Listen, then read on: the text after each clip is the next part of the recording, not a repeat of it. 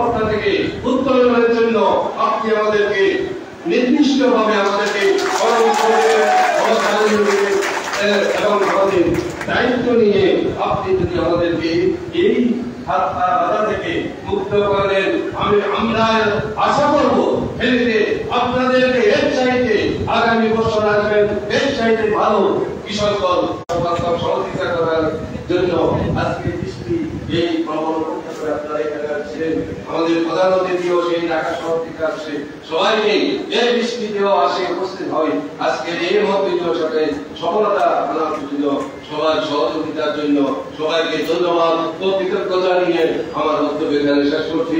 বাংলাদেশ জিন্দাবাদ, বাংলাদেশ জাতীয়তাবাদী।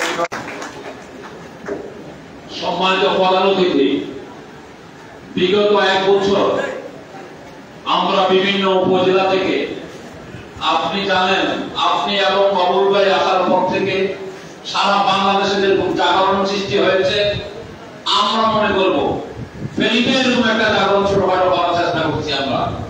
পাশাপাশি আমরা বলবো বিগত আমলের রাজনীতি সম্বন্ধে অনেকে এখানে জানেন, অনেকে বলেছেন। আমি বলতে চাই শুধু অনেক এগিয়ে যাবে যাদেরকে এই সাপোর্টিং কথাবার্তা দিয়ে আমরা আগ্রহ প্রকাশ করে রাজপথে নেমে আজকে 1 বছর 2 মাস রাজপথে প্রতিটা প্রোগ্রাম এক একজন এই কথাও বলে যে বিএনপি করাকালীন যত প্রোগ্রামে যায় নাই, কৃষক দলের 1 বছর তার চেয়ে বেশি প্রোগ্রামে গেছে। এখন যদি কমিটির বেলা যদি আমরা বাইরে রাতারের পুনরায় কারণ দিতে পারি, আমরা বেঁচতে যাবো। তো কারণ এটা তো তাঁতি দলের মতো ছিল সোনায় ফেরিতে কৃষক দল, তাঁতি দল বা অন্যান্য অঙ্গ সংগঠনের মতো ছিল। এখানে ছাত্র দল, যুব দল, স্বেচ্ছাসেবক দল মানে ছিল উজ্জীবিত, আর বাকিরা সমস্ত অন্য একদম ছোটখাটো দলের মতো ছিল। তাহলে আমরা তাদেরকে নিয়ে উজ্জীবিত করছি, তাদেরকে যদি কমিটি না করি অন্য একজন 5% একজনকে দিয়ে সে তাঁতি দলের মতো হয়ে যাবে, সে অন্যান্য অঙ্গ সংগঠনের মতো হয়ে যাবে।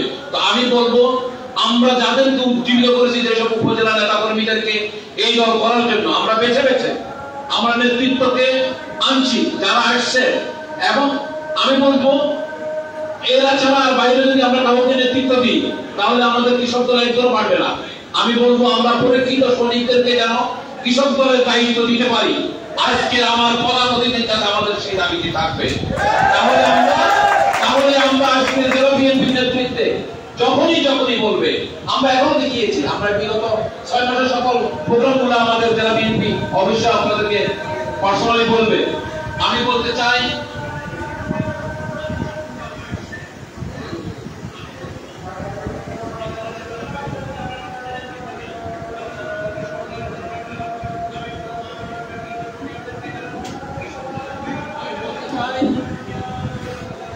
আমরা অনেক কষ্ট নিয়েছি, প্রতিনিয়ত প্রোগ্রামে যারা বিএনপির প্রোগ্রামে আমরা এটা করেছি।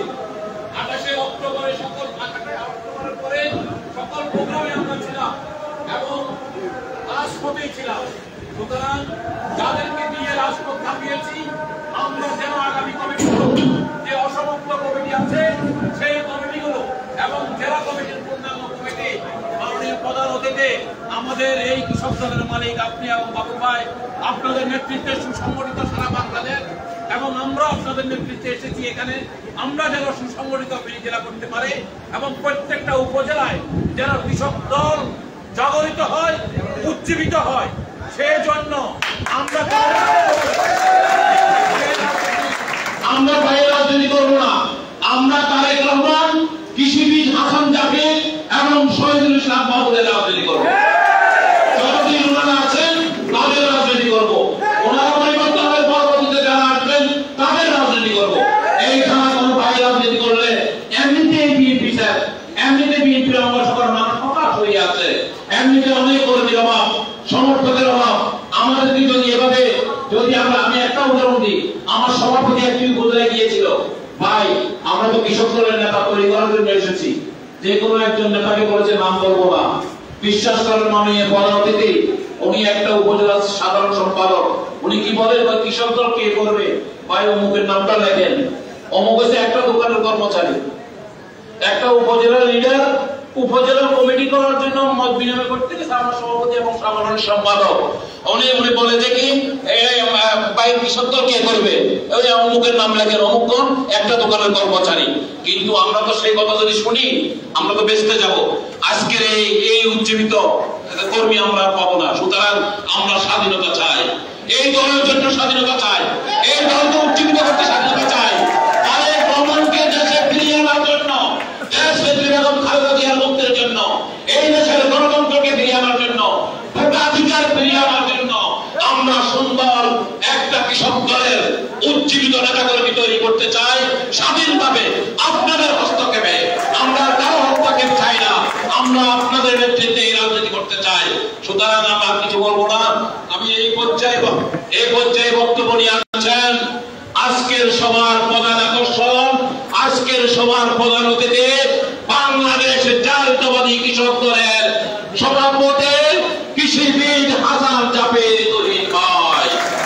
তুহিন ভাইয়ের আগমন, তুহিন ভাই তোমাকে ফেনী জেলার পক্ষ থেকে, কৃষক দলের পক্ষ থেকে, কৃষক দলের পক্ষ থেকে তুহিন ভাই তোমাকে মুক্তি মুক্তি মুক্তি চাই, মুক্তি চাই, তারেক রহমান বীরের বেঁচে আসবে ফিরে বাংলাদেশে, তারেক রহমান বীরের বেঁচে। সবাই বসে যান, সবাই বসে যান, সবাই বসে যান।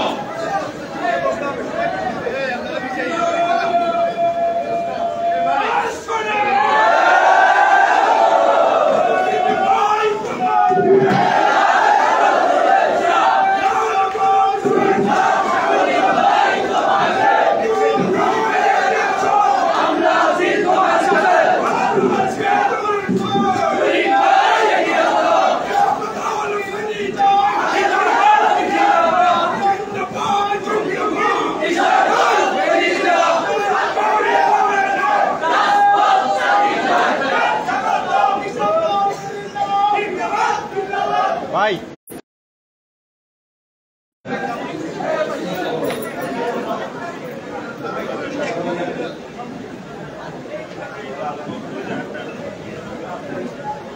আসসালামু আলাইকুম। বিসমিল্লাহির রহমানির রহিম। বাংলাদেশ জাতীয়তাবাদী কৃষক দল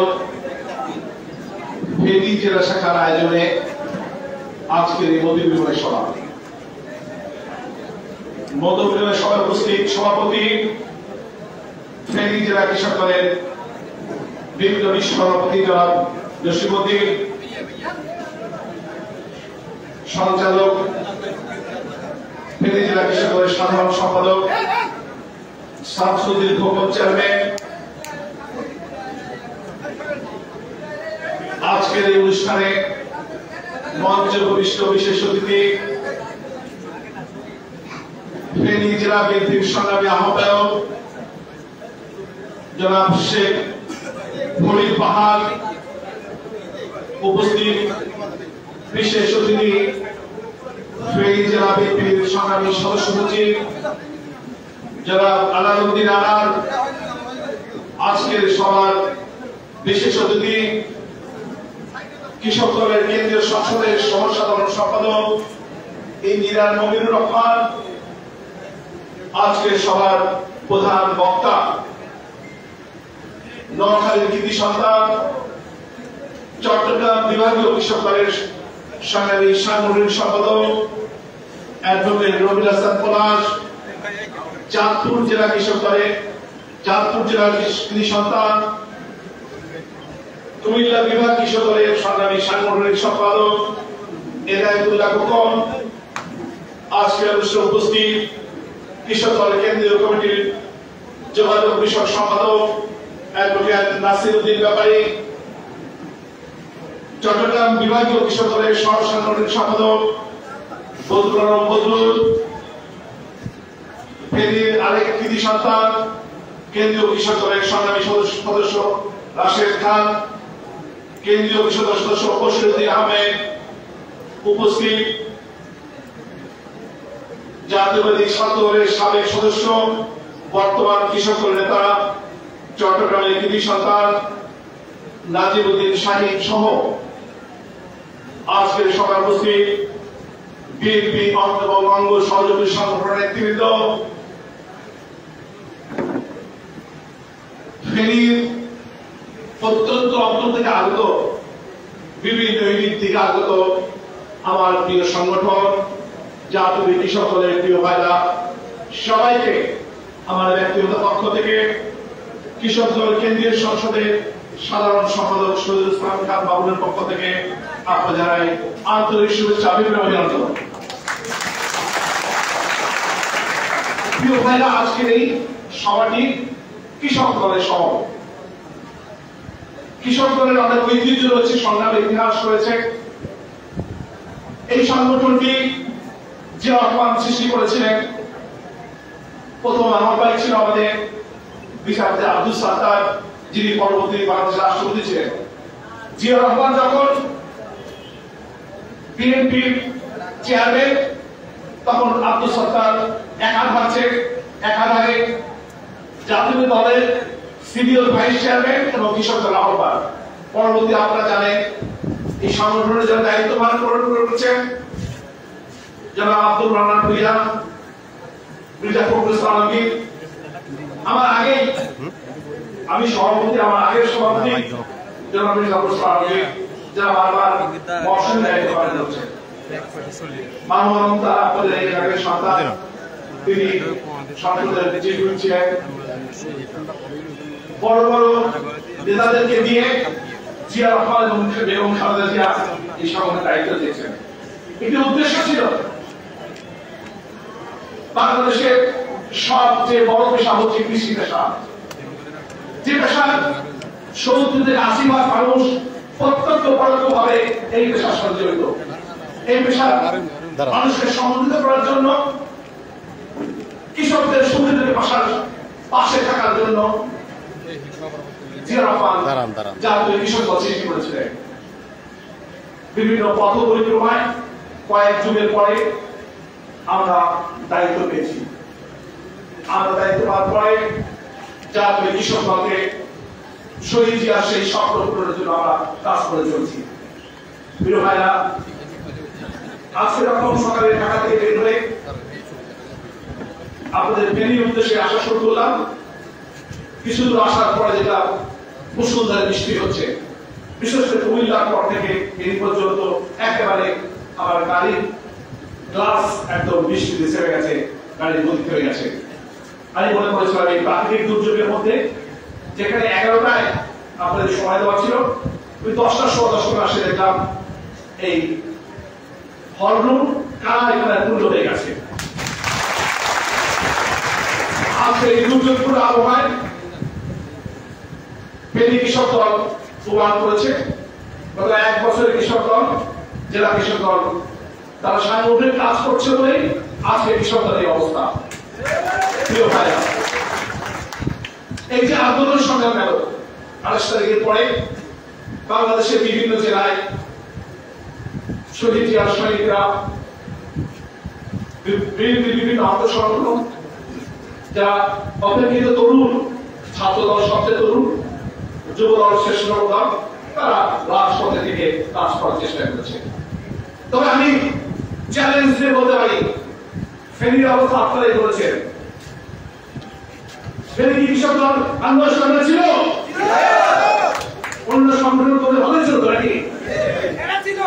তবে আপনারা মিডিয়ার মাধ্যমে দেখেছেন ঢাকার রাজপথে 28 অক্টোবর থেকে 7 জানুয়ারি নির্বাচন পর্যন্ত যে সংগঠনটি রাজপথে বেশি সাহসিকতা দেখিয়েছে, আন্দোলন সংগ্রাম করেছে, চিন্তা করেছে, সেই সংগঠনটি বাংলাদেশ জাতীয় কৃষক দল। ঢাকার কেন্দ্রীয় কারাগারে সবচেয়ে বেশি গ্রেপ্তার ছিল জাতীয় কৃষক দলে। ঢাকার শহরে রাজধানীর বুকে সবচেয়ে বড় মিছিল করেছে জাতীয় কৃষক দল। বাংলাদেশের বিভিন্ন প্রান্তে ফেনী সহ জাতীয় কৃষক দলের নেতৃবৃন্দ, অন্যান্য অঙ্গ সংগঠনের বয়সী কবি, আমাদের কেন্দ্রীয় সংসদে প্রায় 50 ভাগের উপরে নেতাকর্মী হচ্ছে 50 বয়স। আমিও এক সময় একটি বিশ্ববিদ্যালয়ের চট্টগ্রামে সভাপতি ছিলাম, কেন্দ্রীয় সংসদের সভাপতি ছিলাম, আজ থেকে প্রায় 25-30 বছর আগে। আজ থেকে 25-30 বছর আমার যে সাহসিকতা ছিল, বয়সের উদ্যম ছিল, তারুণ্যের তীব্রতা ছিল, আমি যা করেছি সেই সময় এখন করা সম্ভব নয়। তবে জাতীয় কৃষক দলের আমি এবং আমার সাধারণ সম্পাদক সরাসরি অন্যান্য অংশগ্রহণ ছিল না, আপনারা জানেন। যে কারণে হোক আমরা আমার সাধারণ সম্পাদকের সামনে থেকে অধিকাংশ মিছিলের নেতৃত্ব দিয়েছি আমরা ঢাকা রাজপথে। প্রিয় ভাইরা, আমি কৃষক দলের কথা বললাম।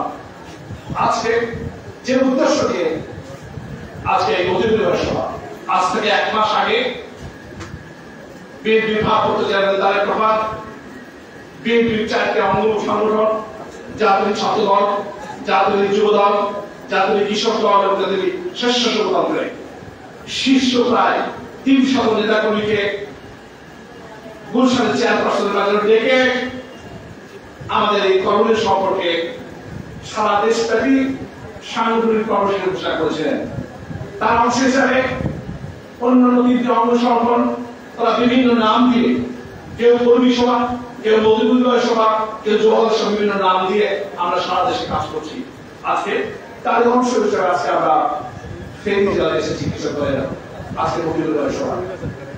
আজকে তিনি আমাদের যে মেসেজ দিয়েছে, আমরা যে সংবাদ দিয়ে, যে পরিকল্পনা নিয়ে আমরা আপনাদের কাছে এসেছি, তার প্রথম উদ্দেশ্য আপনারা জানেন, গত 28 তারিখের পরে বিএনপি ভারপ্রাপ্ত চেয়ারম্যান এই সরকারকে সাফ করার জন্য বিভিন্ন কর্মসূচি দিয়েছে। আমরা দেখেছি বিভিন্ন জায়গায় আমাদের রাজনীতির মধ্যে যে বিভিন্ন জেলায় জেলায় উপজেলায় যে রাজনীতি চলছে, সেখানে ভাইয়ের রাজনীতি চলছে।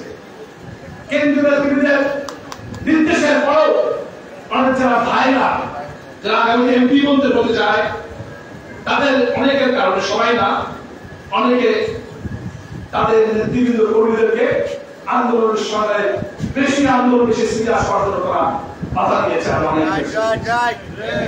আমরা কি সেটি অবসর চাই না? তাই আজকে নাসির আমরা এই ব্যানার দিয়েছেন। এই ব্যানারে সভাপতির নাম নেই, প্রধান অতিথির নাম নেই, বিশেষ অতিথির নাম নেই, প্রধান বক্তার নাম নেই।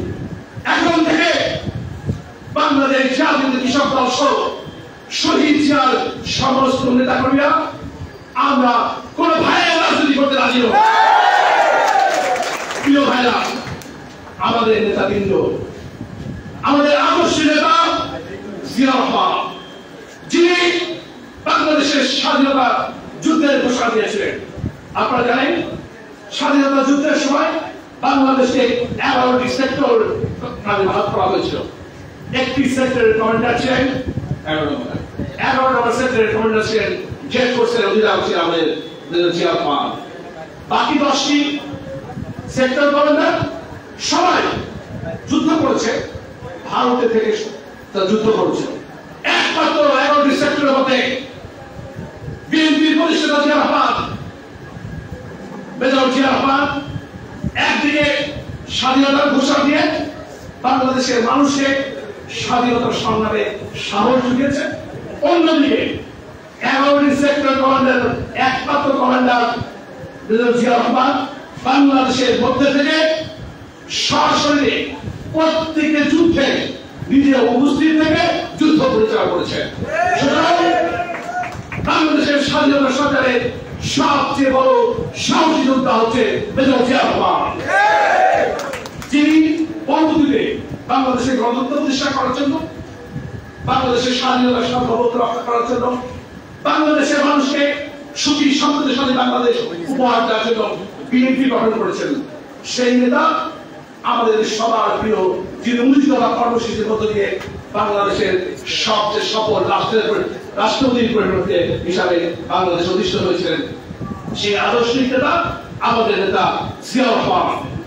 পরবর্তীতে জিয়া রহমানের অনুপস্থিতিতে বাংলাদেশের এখন সবচেয়ে জনপ্রিয় ব্যক্তি যিনি 9 বছর কোনো আপোষ না করে বাংলাদেশ থেকে স্বৈরাচার প্রতিষ্ঠা করেছেন, বাংলাদেশে গণতন্ত্র প্রতিষ্ঠা করেছেন, বাংলাদেশে গণতন্ত্রের নতুন ধারা সংসদীয় গণতন্ত্র প্রবর্তন করেছেন।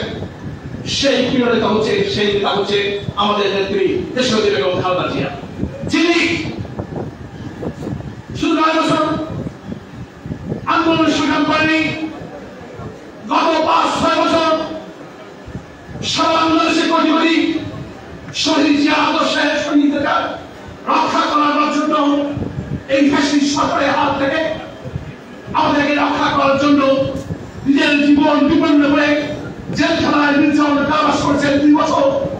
এখন পর্যন্ত গৃহবন্দী হয়েছেন বাংলাদেশের একজন সাধারণ নাগরিক, যে সুবিধা ভোগ করেন সমস্ত নাগরিক সুবিধা এই সরকার তাকে বঞ্চিত করেছে।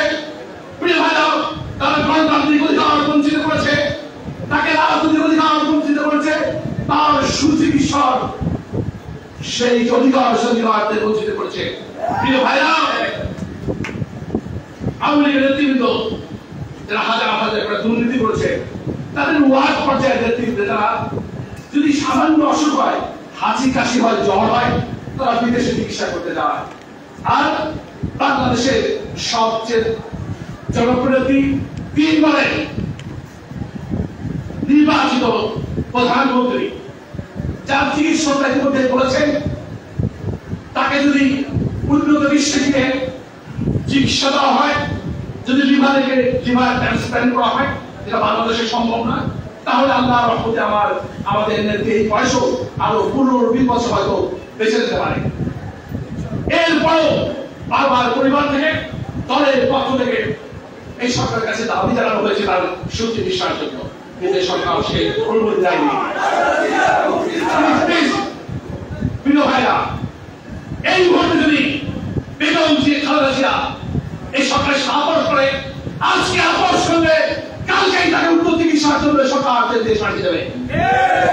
শুধুমাত্র সকাল থেকে রাত, সূর্যোদয় থেকে যুদ্ধাস্ত পর্যন্ত বাংলাদেশ জাতীয় দল তার অঙ্গ সহযোগী সংগঠনকে আধুনিক সময়োপযোগী আন্দোলনকারী দল পরিণত করার জন্য কাজ করে চলছেন, যিনি প্রতিদিন 17 থেকে 18 ঘন্টা স্কাইপের মাধ্যমে আমাদেরকে সময় দিচ্ছেন, যিনি ইচ্ছা করলেই এই সরকারের সে আপোষ করে দেশে ফিরে আসতে পারে। তিনি তার জীবনের সবচেয়ে স্বর্ণিম সময়গুলো দেশ থেকে দূরে রয়েছেন, বাংলাদেশের মানুষের অধিকার আদায়ের জন্য যিনি কাজ করে যাচ্ছেন, সেই আমাদের প্রিয় নেতা জনাব তারেক রহমান, আমাদের একমাত্র নেতা। এখন থেকে আমরা কোন ভাইয়ের রাজনীতি করব না। আমাদেরকে জনাব তারেক রহমান যেভাবে চলতে বলে, যেভাবে আন্দোলন করতে বলে, যেভাবে আমাদের দল পরিচালনা করে, সেইভাবে আমরা দল পরিচালনা করবো।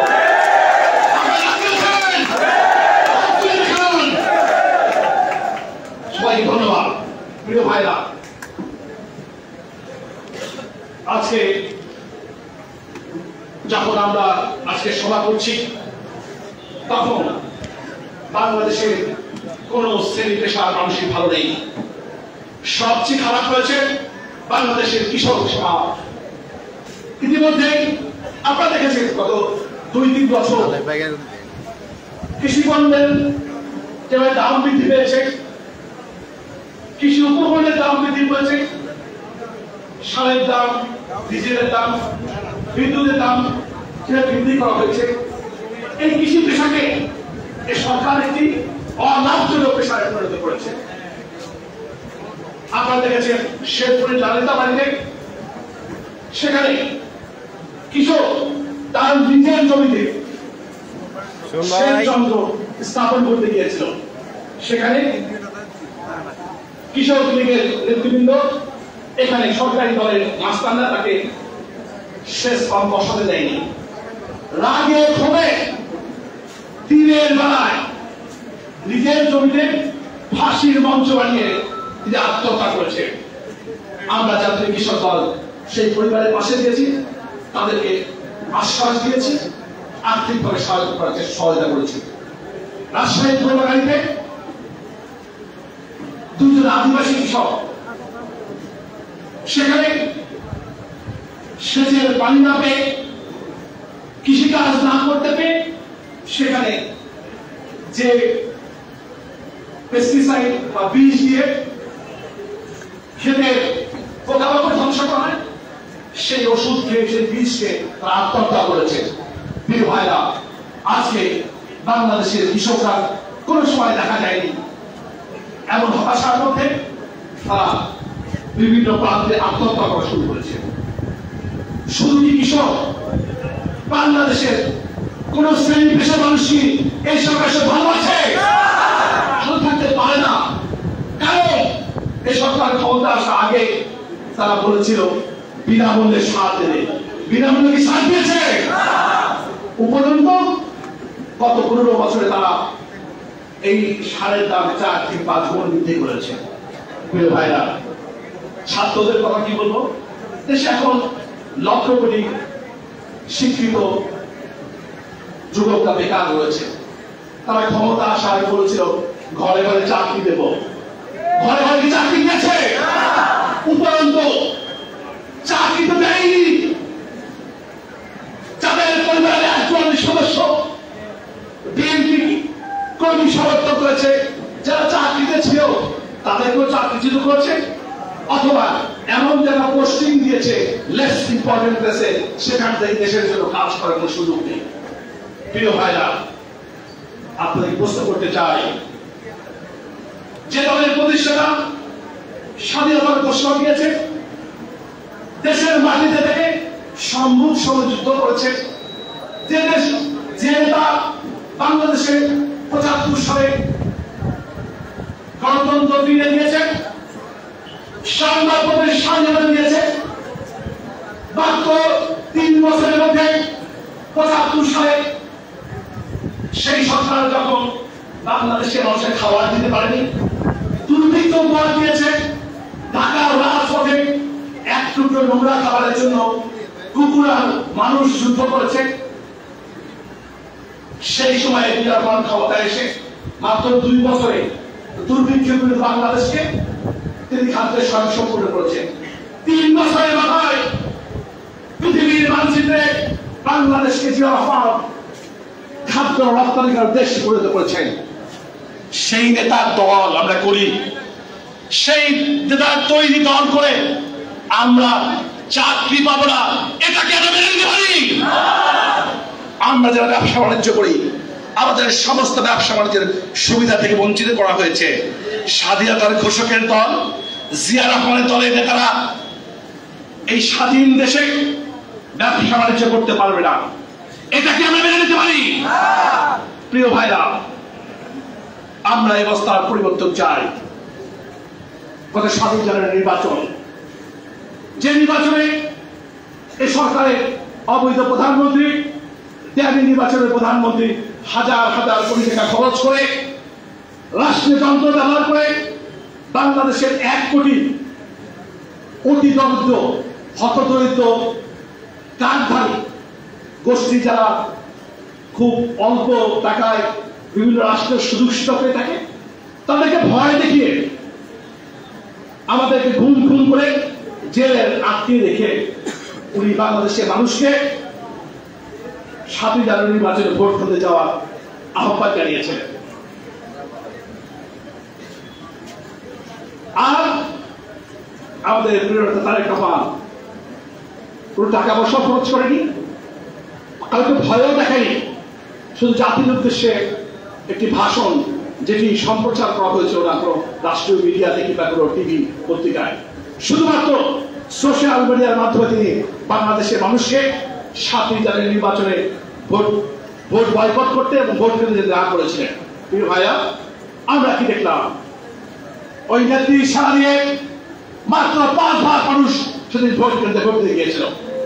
আর আমাদের প্রিয়তা বিএনপি ভারপ্রাপ্ত চেয়ারম্যান জনাব তারেক রহমানের আহ্বানের সাথে বাংলাদেশের 95 মানুষ 7 জানুয়ারি নির্বাচন করতে চায়নি। আপনারা কি ভোট কেন্দ্রে গিয়েছিলেন? আপনারা ভোট কেন্দ্রে যাননি। বাংলাদেশের 95 ভাগ মানুষ ভোট কেন্দ্রে যায়নি। প্রিয় ভাইরা, আমি ব্যক্তিগতভাবে 40 বছর রাজনীতির সাথে জড়িত, আজকের এই মতবিনিময় সভার মধ্য দিয়ে আমি আশ্বস্ত করতে চাই, আমরা বিশ্বাস করি যে ভোটে বাংলাদেশের 95% মানুষ ভোট দিতে চায় না, যে ভোটে বাংলাদেশের 95% মানুষ ঘৃণা ভয়ে সে নির্বাচনকে প্রত্যাহার করে, আমরা যদি রাজপথে থাকতে পারি, বাংলাদেশের 95% মানুষকে সংগঠিত করে রাজপথে থাকতে পারি, তাহলে আগামী 6 মাসও এই সরকার ক্ষমতা থাকবে না ইনশাআল্লাহ। সেই জন্য আমাদের ঐক্যবদ্ধভাবে সংগঠন গড়ে তুলতে হবে। প্রিয় ভাইরা, আপনারা দাবি জানিয়েছেন, এখানে কমিটি হওয়া ব্যাপারে জুজুয়ারা দেখা দিয়েছে। আমি আপনাদেরকে আশ্বস্ত করে চাই, আমি আগামী 7 দিনের মধ্যে আমাদের ভারপ্রাপ্ত চেয়ারম্যানের সাথে কথা বলে আপনাদের যে জটিলতা আছে সেই জটিলতা নিরসন করে আপনাদের কমিটি করা সেই। প্রিয় ভাইরা, আমরা বিশ্বাস করি বাংলাদেশের 95% মানুষ আজকে সরকারের বিরুদ্ধে অবস্থান নিয়েছে। তারা তাদের নৈতিক অধিকার, রাষ্ট্রীয় অধিকার, মৌলিক অধিকার ভোট তারা প্রয়োগ করেনি, কারণ জানে এই নির্বাচন জনগণের প্রতিনিধিত্ব করে না। আমরা প্রত্যাশা করি দেশের নেত্রী বেগম খালেদা জিয়া, জনাব তারেক রহমান যখনই এই 95% মানুষকে চূড়ান্ত আন্দোলন ঘোষণা করবে, সেই চূড়ান্ত আন্দোলনের পরে এই সরকারের পতন হবে ইনশাআল্লাহ। প্রিয় ভাইরা, আরেকটি প্রসঙ্গ, বেনজির আজিজ প্রসঙ্গ। প্রিয় ভাইরা, তাদের প্রশ্ন করতে চাই,